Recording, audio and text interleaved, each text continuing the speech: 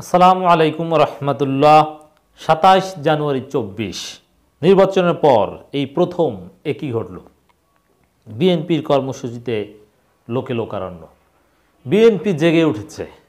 দেশব্যাপী হাজারো লক্ষ জনতা বিএনপির ব্যানারে রাজপথে নেমে গিয়েছে।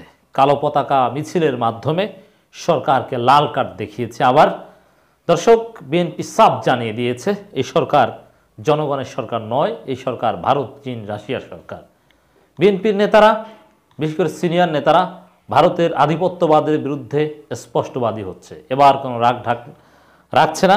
দর্শক, আপনারা জানেন নির্বাচনের পর এই প্রথম আজকে 27 জানুয়ারি আওয়ামী লীগ এবং বিএনপি পাল্টাপাল্টি রাজপথে নেমেছে।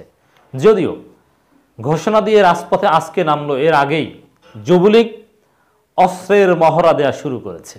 অস্ত্র নিয়ে প্রকাশ্যে অস্ত্র উঁচিয়ে মিছিল করেছে। এর আগে পুলিশ বিভিন্ন জায়গায় বিএনপির কর্মসূচিতে বাধা দিয়েছে, পণ্ড করে দিয়েছে। দর্শক, নির্বাচনের পর আবারও রাজনীতি জমে উঠতে শুরু করেছে, উত্তপ্ত হতে শুরু করেছে।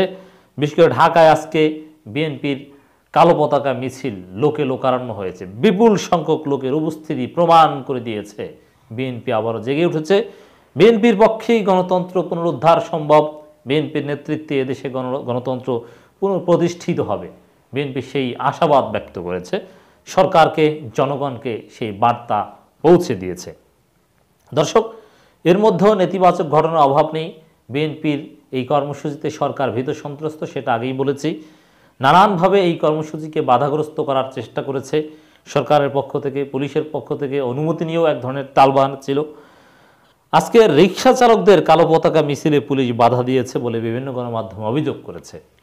রিক্সা চালকদের মিছিল, বিএনপি এখন আপামর জনসাধারণের দল, নিপীড়িত নিষ্পেষিত মজলুমদের দল, এদেশের খেটে খাওয়া মানুষের দল, দিন মজুরদের দল, যারা দিন আনে দিন খায় তাদের দল। আর আওয়ামী লীগ এখন বুর্জোয়াদের দল হয়েছে। আওয়ামী লীগ এখন অলিগার্কদের দল হয়েছে, কারণ লুটপাট করে অনেক টাকার মালিক হয়েছে। এজন্যে নিম্ন শ্রেণীর মানুষ, শ্রমিক, যারা দিন আনে দিন খায় তাদেরকে নির্যাতন করে। আমরা দেখেছি কিভাবে গার্মেন্টস শ্রমিকদের নির্যাতন করেছে আওয়ামী লীগ। যুবলীগের লোকজন অস্ত্র উঁচিয়ে গার্মেন্টস শ্রমিকদের ভয় দেখিয়েছিল। মিরপুরে সেই ঘটনা জনগণ কিন্তু ভোলে নাই। দর্শক, এখনও যুবলীগ অস্ত্র নিয়ে রাজপথে আছে, আপনারা দেখেছেন বিভিন্ন গণমাধ্যমে। তো রিক্সা চালকদের কালো পতাকা মিছিলে পুলিশের বাধার তীব্র নিন্দা ও প্রতিবাদ আমরা জানাচ্ছি। দর্শক, মিছিলে জড়ো হয়েছেন নয়াপল্টনে হাজার লক্ষ জনতা। সকাল থেকেই খণ্ড খণ্ড মিছিল নিয়ে বিএনপির নেতাকর্মীরা অনেক আত্মগোপন থেকে বের হয়ে নয়াপল্টনে কালো পতাকা মিছিল নিয়ে, কেউ কালো শাড়ি পরে উপস্থিত হয়েছেন। অধিকার আদায়ে রাজপথে থাকার ঘোষণা দিয়েছে জনগণ এবং প্রয়োজনে রক্ত দিতে হলে রক্ত দেব। বিএনপির আলোচিত নেত্রী, বিএনপির অন্যতম সক্রিয় নেত্রী নিপুণ রায় চৌধুরী। এই নিপুণ রায়ের টোটাল ফ্যামিলি একটা পলিটিক্যাল ফ্যামিলি। সত্যি নিপুণ রায়ের ভূমিকা প্রশংসনীয়। বিভিন্ন অত্যাচার নির্যাতনের মুখে নেতিবাচক সময়ও যেভাবে রাজপথে শক্ত অবস্থান নিপুণ রায় দেখিয়েছে, সেটা নিঃসন্দেহে প্রশংসার যোগ্য। তিনি আবারও জনগণকে উজ্জীবিত করলেন, রক্ত দেওয়ার প্রস্তুতির কথা জানিয়ে দিলেন। সত্যিই তিনি সাহসী এবং মহীয়সী নারী। গণতন্ত্র পুনঃপ্রতিষ্ঠা হলে এই নিপুণ রায় চৌধুরী ইতিহাসের পাতায় স্থান করে নেবেন বলে আমি মনে করি। দর্শক, ব্যাপক উপস্থিতি হয়েছে, লোকে লোকারণ্য হয়েছে। বিভিন্ন গণমাধ্যম, মানবজমিন থেকে শুরু করে তারা এই সার্টিফিকেট দিয়েছে। লোকে লোকারণ্য বলতে যা বোঝায়, এর মানে সরকার গঠন করেছে, নতুন সরকার ক্ষমতায় এসেছে, আওয়ামী লীগ জিতে গিয়েছে, তারপরও জনগণ কিন্তু বিএনপির ব্যানারে আসছে। আমি দেখেছি নির্বাচনের পর এই প্রথম আওয়ামী লীগ বিএনপি পাল্টাপাল্টি যে রাজপথের কর্মসূচি, আওয়ামী লীগের শান্তি সমাবেশের দিকে নজর দিয়েছে। বিএনপি কর্মসূচির তুলনায় কিছুই না, শিশু কর্মসূচি। বিএনপিটা হচ্ছে বৃদ্ধ কর্মসূচি, আর আওয়ামী লীগের শান্তি সমাবেশ শিশু কর্মসূচি। কিন্তু তারপরও প্রশাসন আওয়ামী লীগের হাতে, সমস্ত ক্ষমতা তাদের হাতে। এজন্যে লক্ষ কোটি জনতা দাবি করলেও সেগুলোতে কর্ণপাত করেন আওয়ামী লীগ, বরং সেগুলো মুহূর্তের মধ্যেই পণ্ড করে দিতে পারেন, যেটা 28 অক্টোবর দেখিয়ে দিয়েছে। জনগণ তাদের পক্ষে থাকার দরকার হয় না। বিএনপির মিছিলে ওয়ারেন্টভুক্ত আসামি যোগ দিলেই গ্রেপ্তার ডিএমপির যুগ্ম কমিশনার। এই কথার তাৎপর্য কি? ওয়ারেন্টভুক্ত আসামিকে তো যে কোনো সময় গ্রেপ্তার করতে পারে, সেটা বিএনপির মিছিলে যোগ দিলে গ্রেপ্তার করতে হবে, আর মিছিলে যোগ না দিলে কি গ্রেপ্তার করবে না? এটা আবার কেমন কথা? তাহলে এই কথার তাৎপর্য কি? এই কথার তাৎপর্য হচ্ছে, আমি মনে করি যে বিএনপির মিছিলকে বাধাগ্রস্ত করার চেষ্টা, বিএনপির মিছিলকে বিভিন্নভাবে ভয় দেখানোর চেষ্টা, এই মিছিলকে ভয় পায় সরকার। এই জন্যেই এই কথা বলেছেন মাননীয় ডিএমপির যুগ্ম কমিশনার মহোদয়। কারণ এভাবে বলার কোনো প্রয়োজন ছিল না। ওয়ারেন্টভুক্ত আসামি যেখানে পাবে সেখান থেকে গ্রেপ্তার করবে, এটাই স্বাভাবিক। সেটা মিছিলে আসার ক্ষেত্রে আলাদাভাবে খাস করার কোনো বিধান আইনে নেই।